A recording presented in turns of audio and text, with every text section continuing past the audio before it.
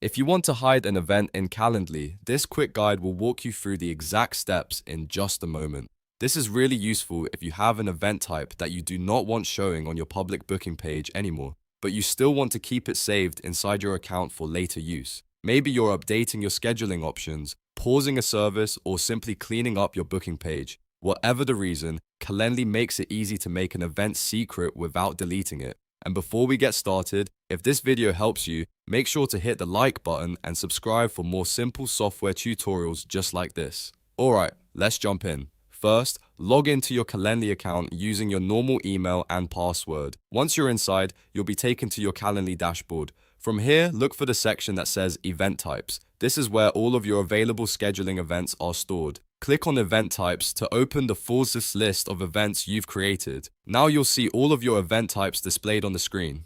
Find a specific event you want to hide. Take a second to make sure you choose the correct one, especially if you have several similar event names. This step matters because once you make the change, the selected event will no longer appear on your public booking page. After you locate the event, look for the three-dot menu, also called the More menu, right next to that event. Click on the icon to open the additional options. A drop-down menu should appear with different actions you can take on that event type. From that menu, select Make Secret. This is the setting that hides the event from your public Calendly page. If Calendly asks you to confirm the action, go ahead and approve it.